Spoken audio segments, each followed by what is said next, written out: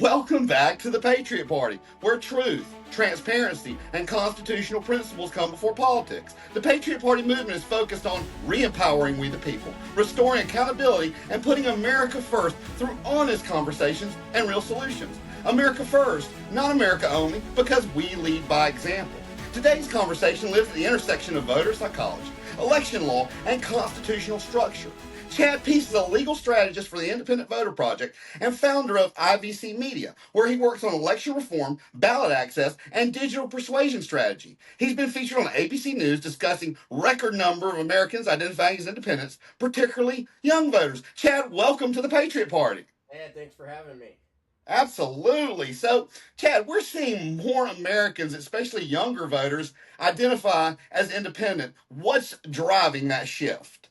Well, I mean, we've all seen it. It's not like it happened overnight. You see, it's been happening for decades, right? I mean, even look how like the Tea Party developed, and then you had remember Occupy Wall Street. Now, all these things are like I think a manifestation of the same grievances. It's like nobody trusts either of the two parties to be representing their interests, right? And then so voters are kind of forced to pick one side or the other, or a candidate that comes and seems to be willing to give a middle finger to the two forces that are really trying to divide everybody.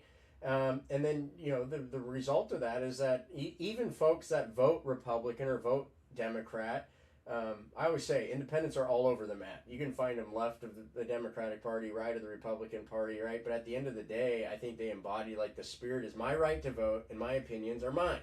They're not a party's. They're not even the group that I may be a part of. Like I'm allowed to have my own opinions. And you see that today is like people just dissatisfied with leadership in both parties. And they're saying, look, I don't want to define myself by these two parties. I'm an independent. Yeah, I'm I'm a registered independent. I mean, I am.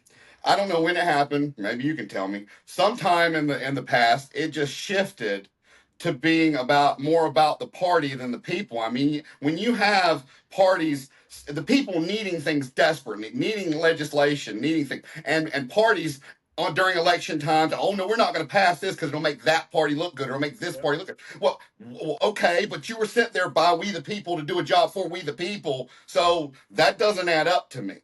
Yeah, well, like, let's start with a perfect example the stock trading ban. Most people are, yeah, we should have a stock trading ban for Congress, right? The Democrats have their version, the Republicans have their version, right? The reality is the people will probably be for either one, but they use it as a rallying cry for their respective elections, saying, "Look, we support what you want. It's just we can't get this passed because the Republicans won't do this." And then the other side does the exact same thing, right? So they pretend like they're going to answer the problem so that they have their campaign talking points, demonize the other side for being the responsible party. Are you familiar with our federal policy producer that we have built? It's an AI enhanced federal policy producer, a software that we're scaling up to give to the people and also to for an education tool for the American Institute for Civic Leadership, which is a nonprofit we launched. And they're going to use it for competition tool and other things. But basically, you can take data points, you can take a problem, or you can take an idea and put it in, and it spits out Washington-ready legislation that is built on constitutional guardrails rails that is built on data points, not donors. What's smartest for the American people?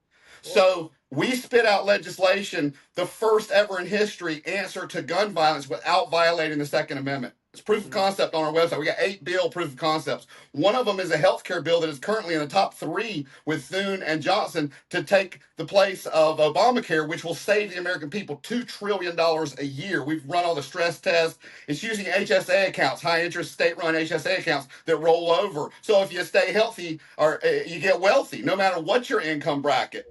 And then we're shrinking the third-party system to use for catastrophic insurance and chronic, and then people that absolutely can't afford for it. So it actually shrinks the $5 trillion down to $3 trillion a year.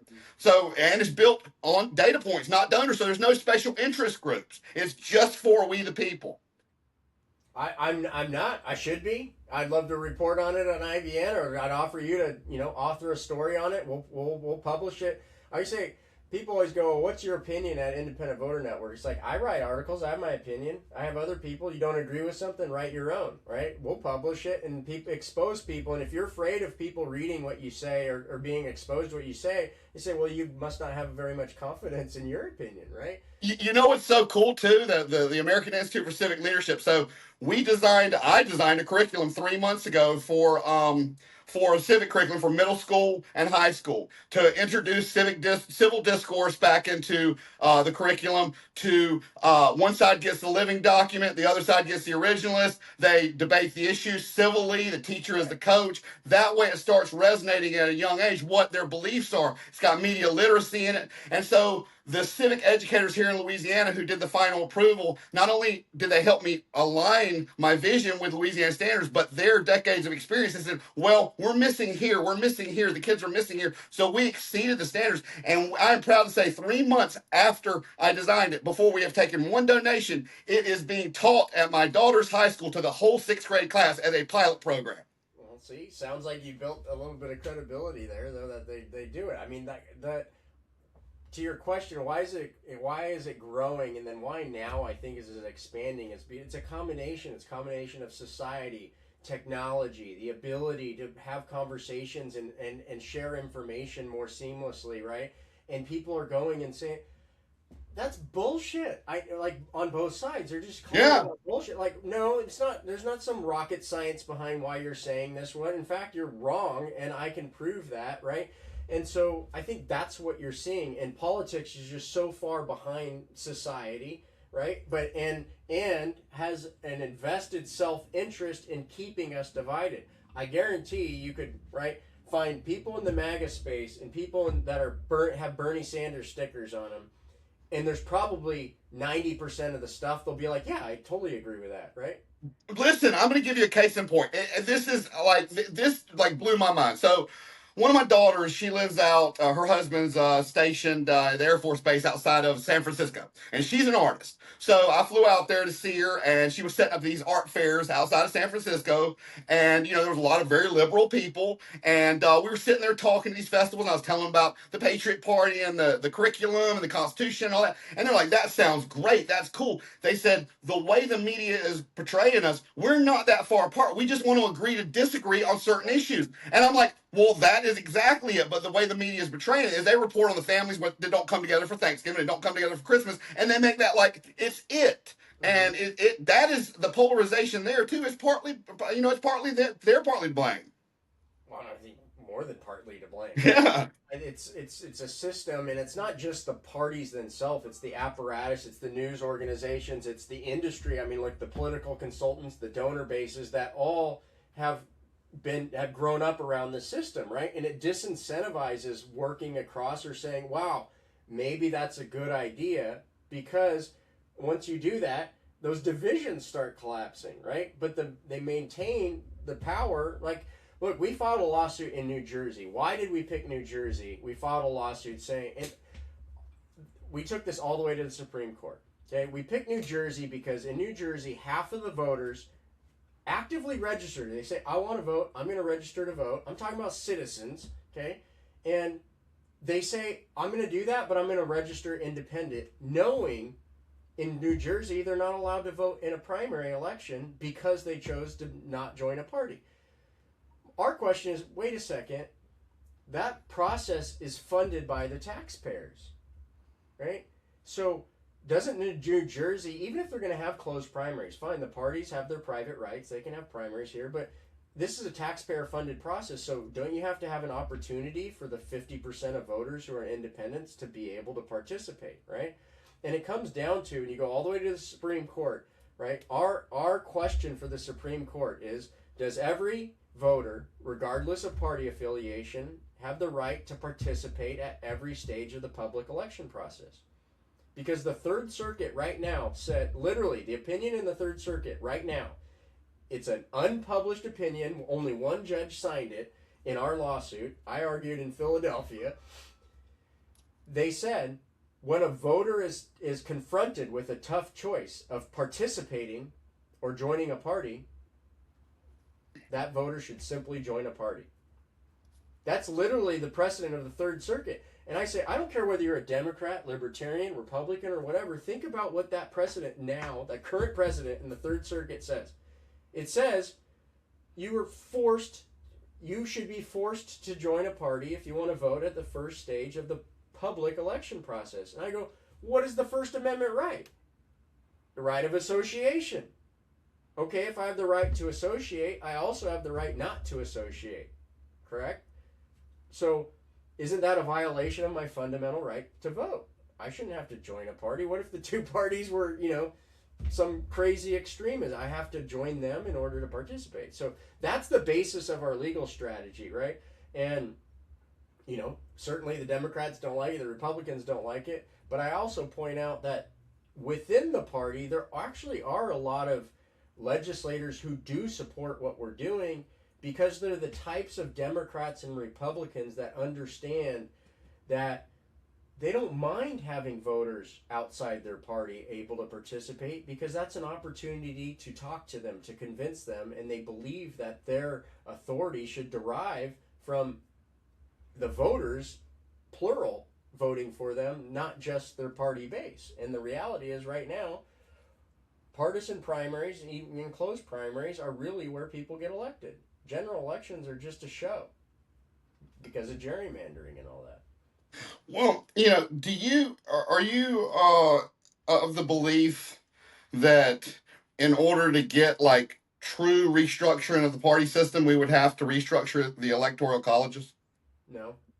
No, you think we could keep the same system for the electoral colleges and still have it set up in a way? What would that look like? But map that out for me. Well, so here, I always because look, in the reform space, I get a lot of folks that are for the national popular vote and all that stuff. I actually think the Electoral College was created very smartly to decentralize power, right? So imagine if California just said, well... No, I know that, but it was created it was geared towards, the way it's created and split up is geared towards a two-party system. I'm not saying do away with it, but some people believe it's got to be restructured because that's the root of not being able to have a true three-party system. I'd say not necessarily, but first for context, the presidential system is completely independent from every other election, right? Because every other election is a state-run election, right? It's for state, even congressional members, right? It's a state election process.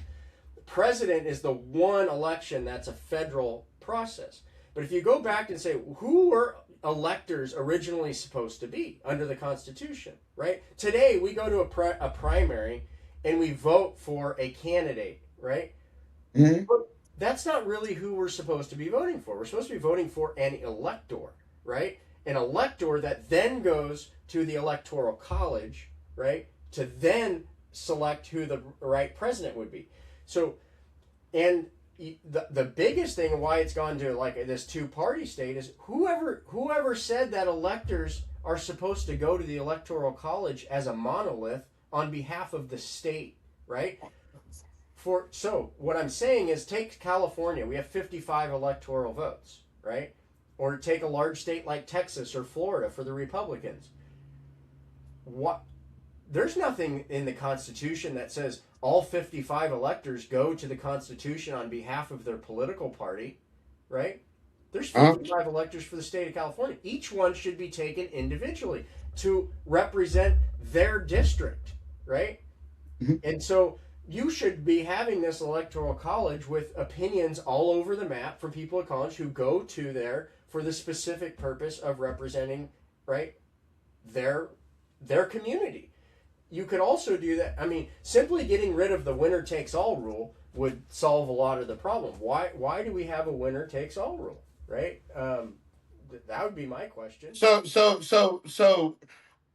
would it take legislation to solve it? Could it be solved? And if so, how would we map that out?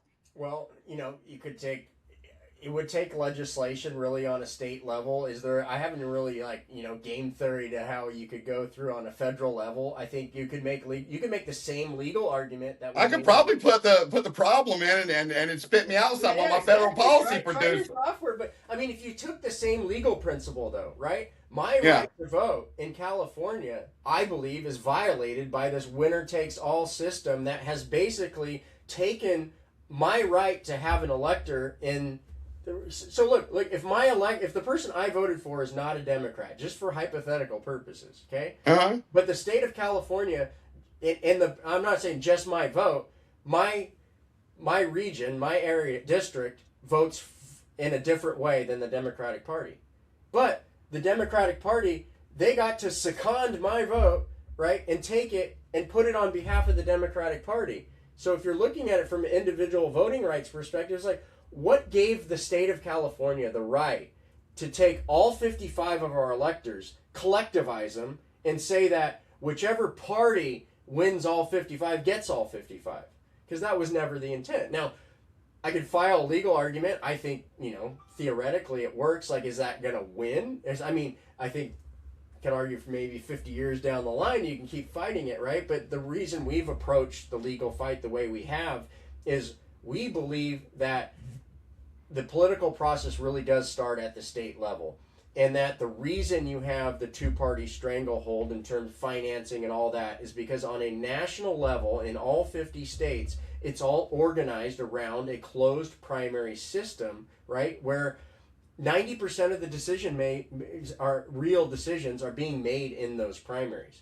And in New Jersey, you have a 10% turnout. 10% turnout in the primaries. So, okay, split that up. That means 5% in the Democrat, 5% in the Republican. Now you have plurality voting in closed primaries. You could win with 25, 30% of the vote.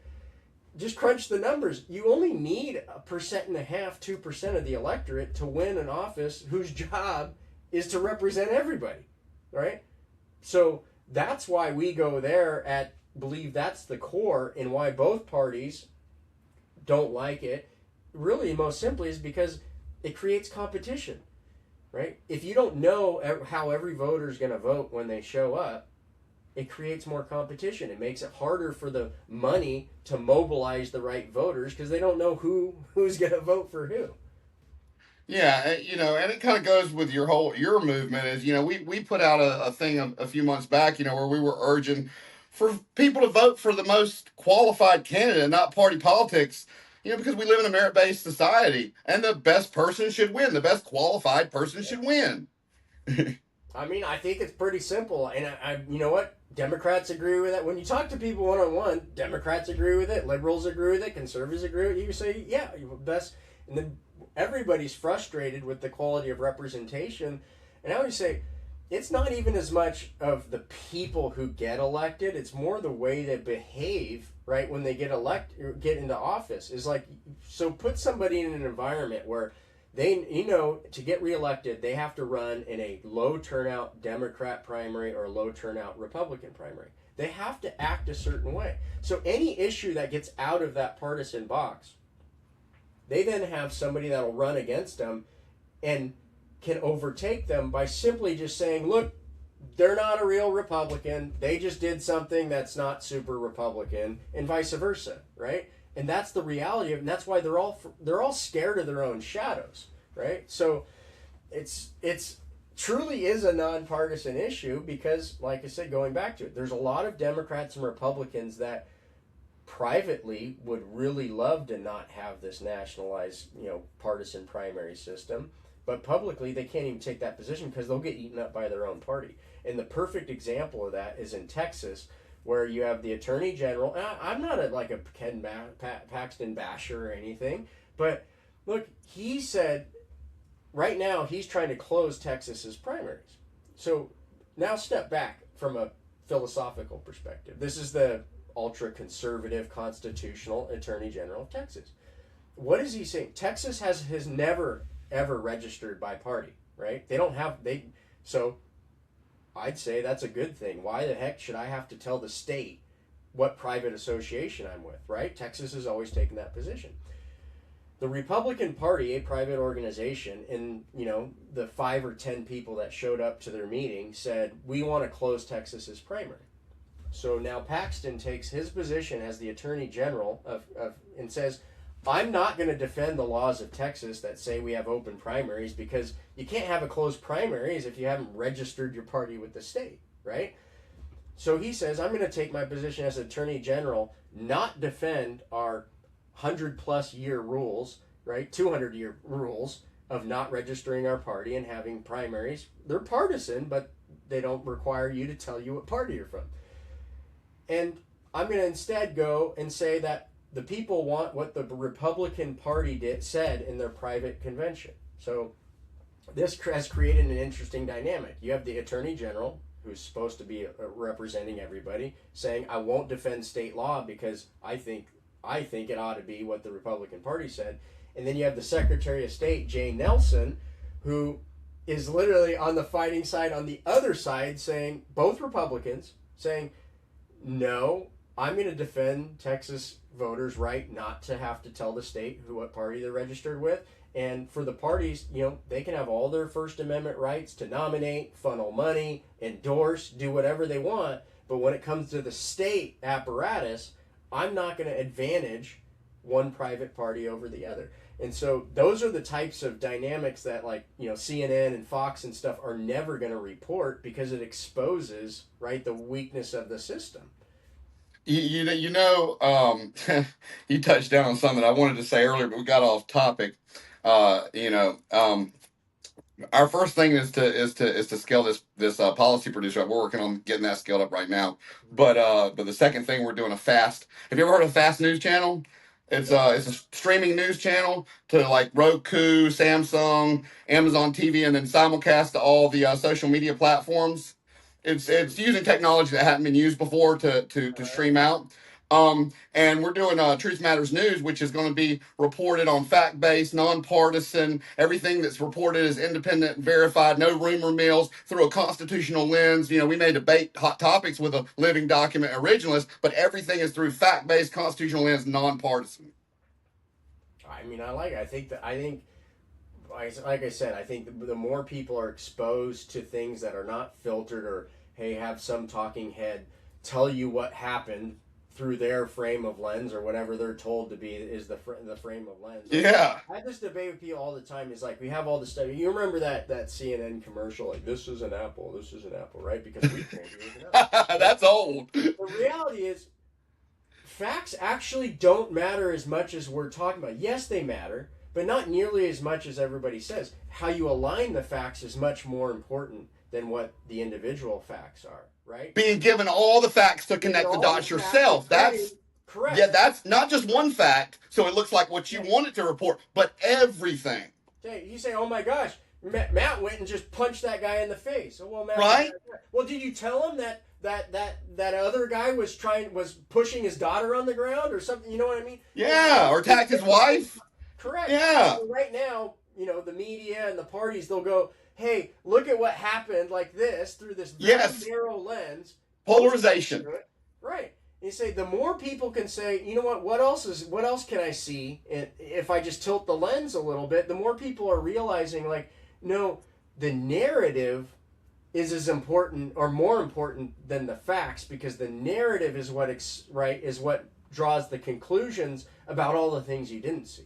Right? People are hungry for the truth, and I'll tell you another social trend. People are tired of endless criticism with no solutions and talking in circles, because that's part of the problem. That's why we won't even have a guest on our show if they're going to criticize something, if they don't have the framework to a solution, because we like to say we are about solutions, not problems. We got endless channels that'll talk in circles. That's not what we're trying to do. I know. So I got a question for you. It kind of gets into a little bit of technical stuff. You kind of touched down a little bit earlier. So you got closed primaries, open primaries, ranked choice voting, ballot access laws. How do these structural rules shape behavior, and what incentives do they actually create? Right. Well, I mean, you got to look at if you look at behavior and who gets elected through the lens of the incentives, right? Of like what do you need to do to get elected? Like I said, you take closed primaries in a state like New Jersey, I think is the worst offender, right? And actually, I should step back. The first question you should ask yourself is, who should a representative represent, right? Should they represent their party, or should they represent their community as a whole, right?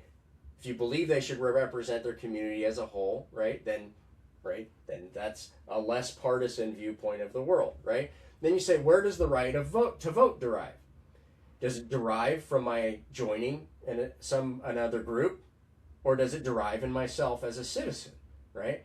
I take the view that your right to vote derives from citizenship, right? It doesn't derive at the moment I joined a political party. So if you believe that, then I say, how can you have closed primaries? How can you take our taxpayer dollars and the state apparatus to start a nomination proceeding? Okay. Why it's important to your question about incentives.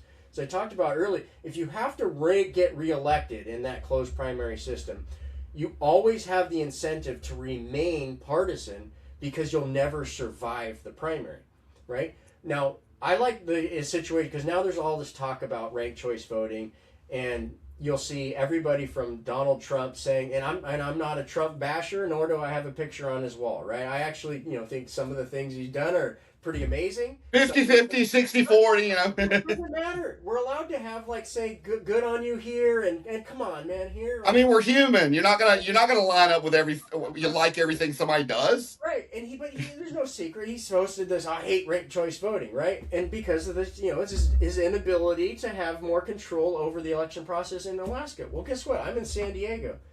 You know who hates ranked choice voting here is the Democratic Party and labor apparatus, which I don't even like. I'm not even anti-labor, but they control the process here. They don't want ranked choice voting to advance here. Why did you get ranked choice voting in New York? Because it was an agreement between the Democratic Party apparatus and the reform community. You say, well, what do you mean? Because New York at a municipal level, unlike most municipalities, they have nonpartisan elections. New York at a municipal level also has partisan primaries, and they're closed. They have closed primaries. So the deal was, fine, we'll take ranked choice voting, but we're going to only do it in the primary, and we're going to keep closed primaries. So what does that mean? It means, okay, we're going to put it in the primary.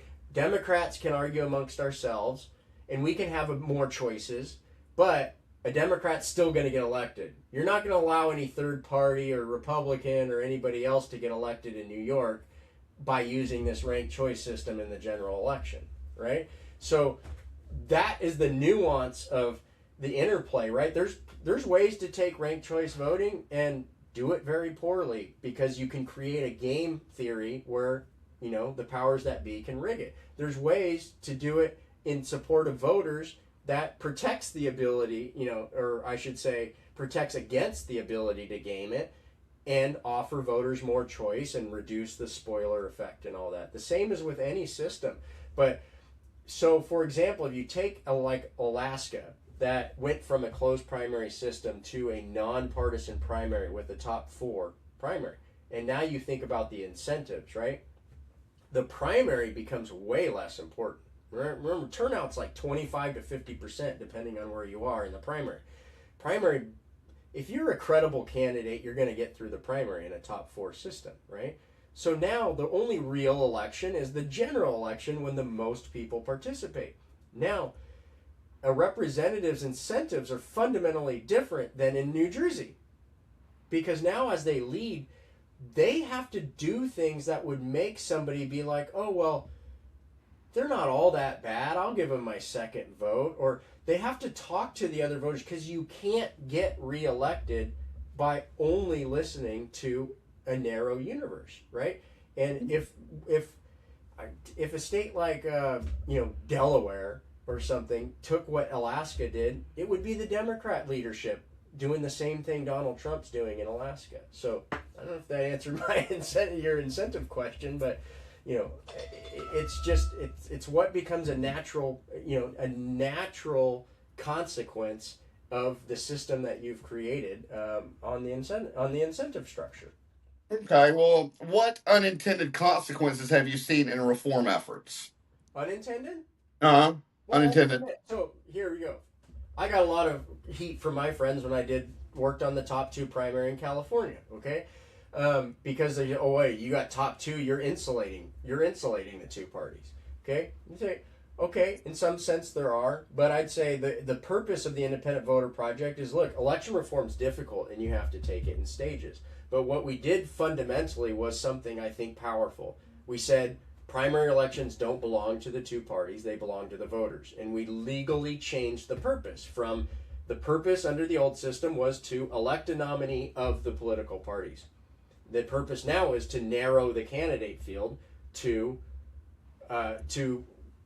for the general election to two, right? So you say, okay, well, what's unintended consequence? Well, there's a lot of I've railed about the consequences of closed primaries. Well, the consequence of top two primary, admittedly, is like, look at our governor's race.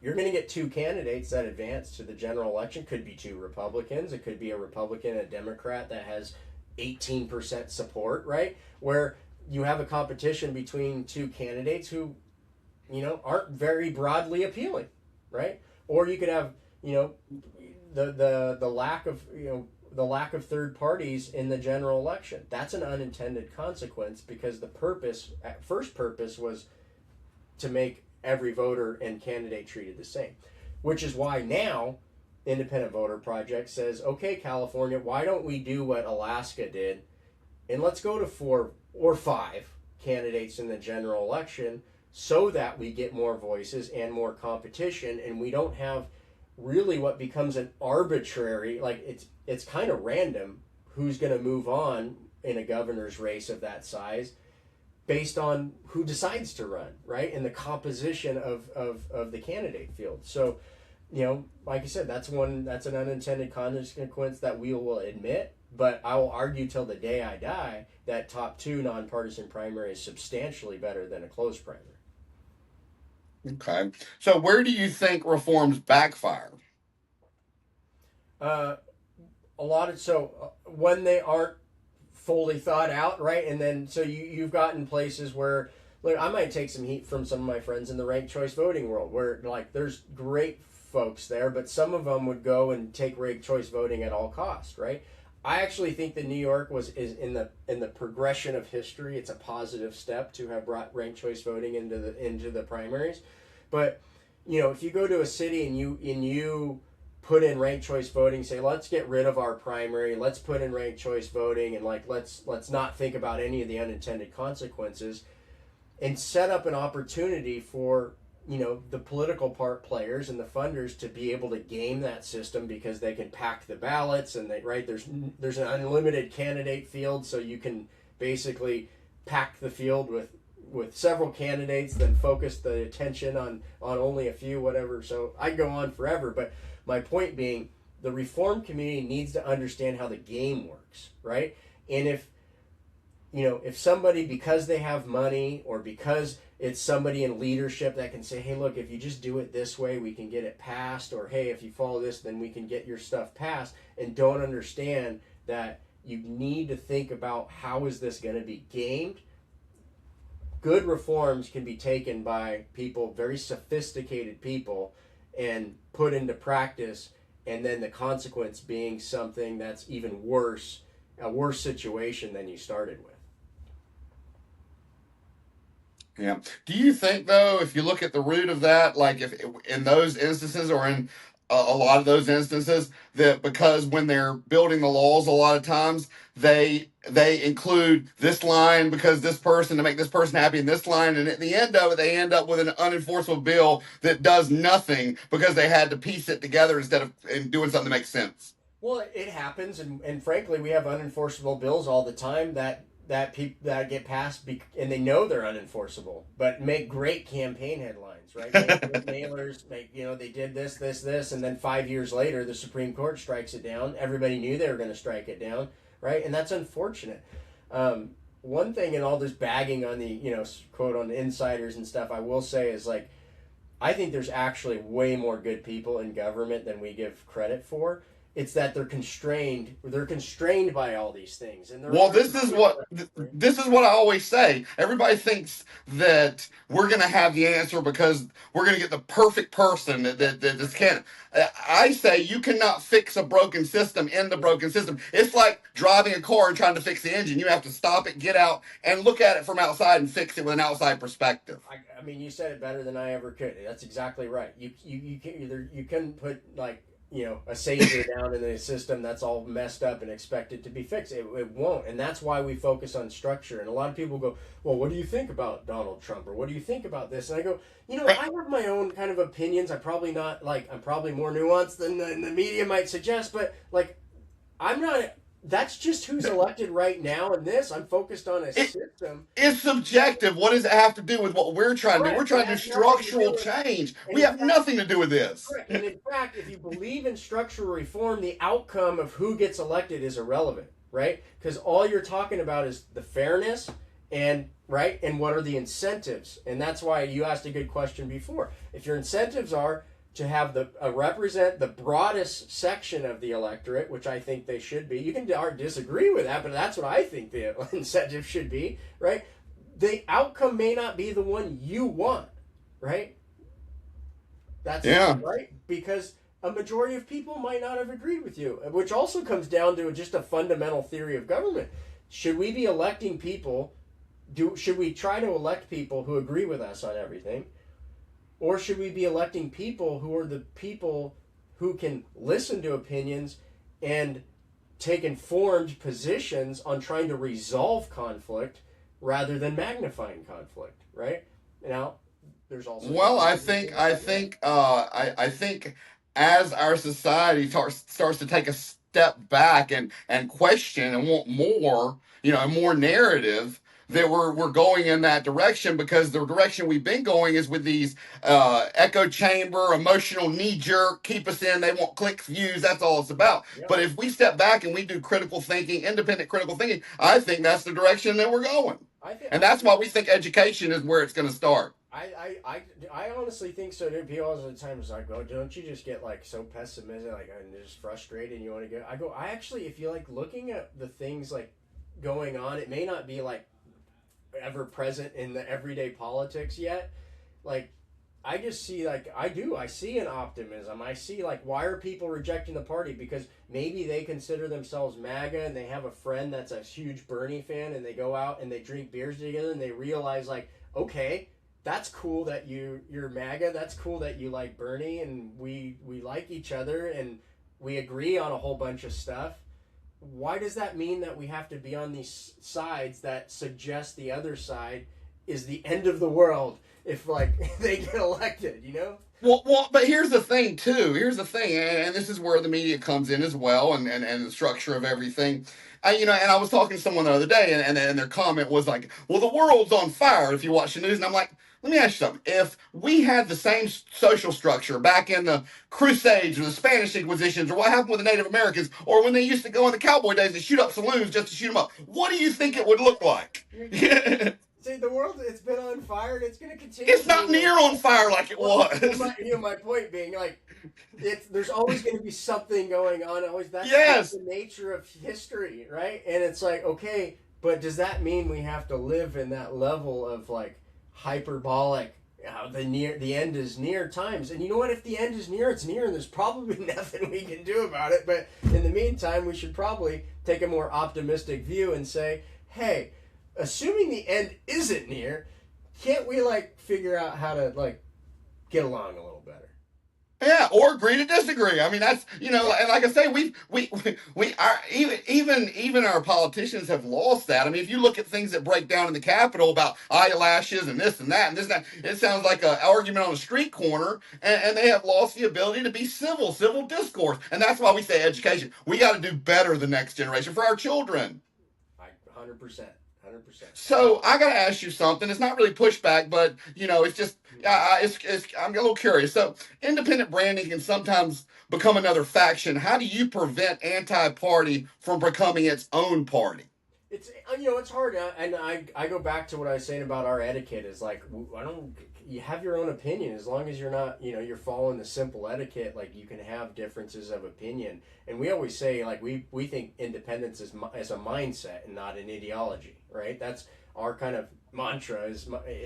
We're liberals, we're conservatives, we're anarchists. Like, that's all you call us. That it's all true, and so that's how we can't prevent somebody else from defining independent in their own regard, but us, at least as the Independent Voter Project, we say sure, Republicans can be independent, sure, Democrats can be independent, because independent in our eyes is a small I. It's not based on your party, it's based on a state of mind, which I believe you and I share, where it's like, okay, I can identify with a group, I can do all this stuff, but that doesn't identify who I am as a voter. And at the end of the day, I'm going to make my own decision. I'm not delegating that, those every single opinion I have to some private organization. And I think we have to add a little bit more depth to that and say that, my opinion is subjective to me and it has Right. nothing to do with the Exactly. movement. Exactly. People always say, "Oh, what do independents think?" I go, I can tell you what I think. I can tell you what I hear independents saying, but I'm not. I'm an independent voter. I'm not. I don't represent the independent voter because the independent voter doesn't exist. Right? It has taken All over us the map. 6 months on social media for people to finally get it and stop calling us Nazis. And we don't have anything to do with parties or anything. We're about re-empowering the I people by building data solutions. I know. I know. I mean, Yeah. and that's the critical thinking, and where we have to step back. And by design, I think that we have come there through the Prussian education system, and like I said, the media. And I say this too to other people. One of the biggest reasons that the longest lasting republic collapsed, which was Rome, which is 5 times longer than we were, was political corruption and media misinformation. There are rumor mills and propaganda mills and all that. Yeah. No, I We have to agree. learn from our mistakes and do better so we don't repeat them. Right. 100% agree. I think people are realizing that too from both parties are sick and tired of the corruption. I mean, we just ran a poll in California where we surveyed 850 people from all different parties and stuff, and it's interesting. You see the crosstabs like Democrats. Democrats actually believe we could have some kind of voter verification.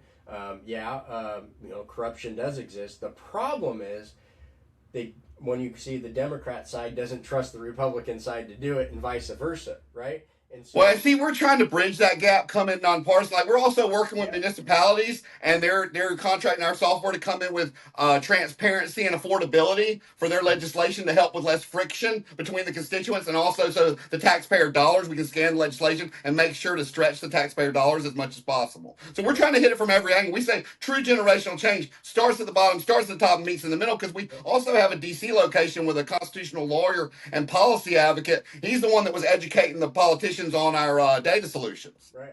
No, I mean that's good. It's what you have to do. And I say, okay. And to answer your question is goes back to what we were talking about earlier. I think if you are truly nonpartisan, right, and it comes down to this simple, then you're not afraid of having other voices be heard. You're not afraid of answering the questions, right? And Well, this is what we say, man. We don't have all the solutions, but we are building the framework to turn America into a town square. The federal policy producer, it allows everybody to have the technology for constructive change. But what it does is when they put an idea in, when they plug an idea, if that idea runs with the last 2 years of news cycles, we get that idea and we get the opportunity to get behind that idea with our pipeline in DC. Now, one thing we can't quantify is passion. If you have lived and experienced and it's going to take a lifetime to change it, we want to give you the technology and the knowledge to change it yourself. But we have the option too to run that. And like I said, we also are using it as an education tool where the students will see how legislation is done, but they're also going to have a competition at the end of the year, and the top legislative winners in middle and high school will get a scholarship, and their state legislators will have the option to take their legislation to DC. So parents and students all over America are going to be working together constructively to solve our problems. no, that's awesome. You had a point, like getting people exposed and educated, just understanding. Wait, there's a system there that I can be a lot of people just don't think they can be a part of it or they can. And that's by design. They disassociate, and that's why we say this is a design, and for years, special interest group and big companies they've had 24-hour representation, full-time representation in DC. Why shouldn't we the people have it for our we the people data point built bills? Yeah. I mean, You know. it comes down to do you trust the people and are they credible and are they motivated for the right reasons? And I even say this, I got to defend a bunch of my lobbyists for they're not. Most of them aren't as bad as some people will make out. Some of them represent some bad interests, but the vast majority they're representing a good company providing jobs and they're working in the same environment as everybody else. It's well, how do I protect the interest of the company that represent me? They're not evil people, right? So goes back to the same thing you said. Like, there's a systemic problem. It sometimes turns really good people to have to make some bad compromises, right? And do you know what this movement? So it wasn't all it was to start with for a year before 6 months ago was a podcast, a merch store, social media on truth and constitution above all because hashtag truth matters, which is going to be super true to this whole movement as it goes on with all the phases, but more true than I could have possibly imagined then. But what happened was 1 week I reported before I had an epiphany. I reported on two polls. One said more than 1 in 3 Americans believed it was going to take violence to get us back on track politically.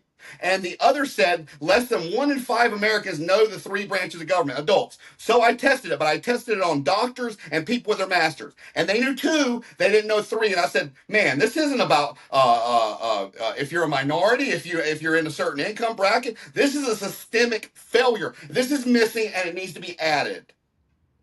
that's sad.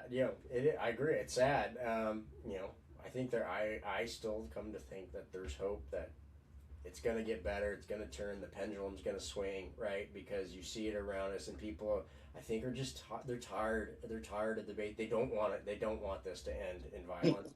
No, and that's why we said this is a non-violent generational reset. I'm trying to build something and hand the reins on, to continue to evolve down the road. Yeah, like I said, I know you just got married yesterday. I don't know if you have kids yet, but Oh, I do. I have kids. I have an 11-year-old that's trained to be an MMA fighter. I got my daughter. I said I went to see in California. This is an artist. Yeah, I got children. Right, and that's all that matters. Like you said, my daughter picked out my shirt this morning because she likes princess and skeletons, right? And she's 3 years old. And you know what? Like, that's all that matters is what are we going to hand off to our 3-year-olds, our 4-year-olds, our 11-year-olds, our 12-year-olds, right? Like, are we going to be able to wake up, when they're having their own kids and be able to say, hey, we made it a place where you want to raise kids, right? Yes. And, I think we can. I think we got too much going for us. And I think we're moving towards a precipice if we don't in the next 25 years, but I think we can. If we really bear down and we get some people, using some of this new technology to keep us on the rails, not to make decisions, not to be the final decision, but to enhance the way that we work and the way that we are productive. As far as the AI, we are all the time going for responsible AI. As a matter of fact, we have responsible AI. You can elect into AI as an assistant for our program, but the AI is the assistant over here. It is not the final decision. It just keeps you within those guardrails and data points. And it's scary what some of these people are doing. When I was reading the other day that there's a guy who made this open source AI in Australia that all these people are using for these virtual assistants, which are trying to take people's jobs. And I said, if you're trying to take someone's job with AI, you are using it wrong. It should make this person work better and more efficient. And so these bots, all these AI bots, they're these virtual assistants, they've got their own social media site and they talk in their own language and they're talking about having their own religion after the person that coded them.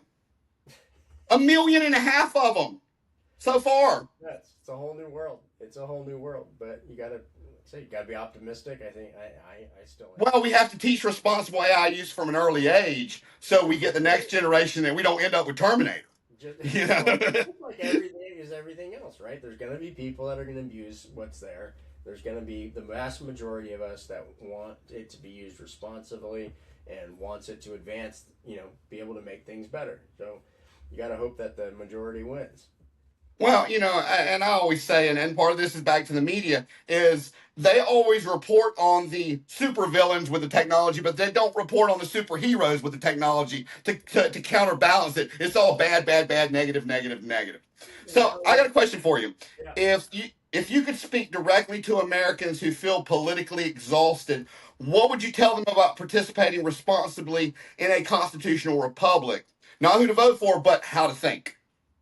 I'd say just think for yourself and resist the temptation to believe just because everybody around me is saying this, that's what you have to believe, right? I think people will say, people actually respect when you say, wait a second, I have a different opinion or I have a different view, and especially when you do it respectfully, right?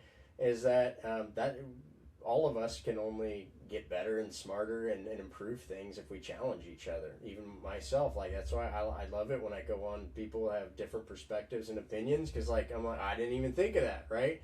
I don't know why we got in this place where I mean, you look at leadership. Why do we expect them to know everything? Like, they're people just like us. Is if we can just accept we're allowed to be fallible, we're allowed to not know everything yet, but that what's most important is that we think and we listen and we're open to changing our opinions and perspectives when we get more information. I think that's the best way to participate is in that light. And in that case, if it makes sense to be a part of a Republican group in one place or a Democratic group, it doesn't really matter.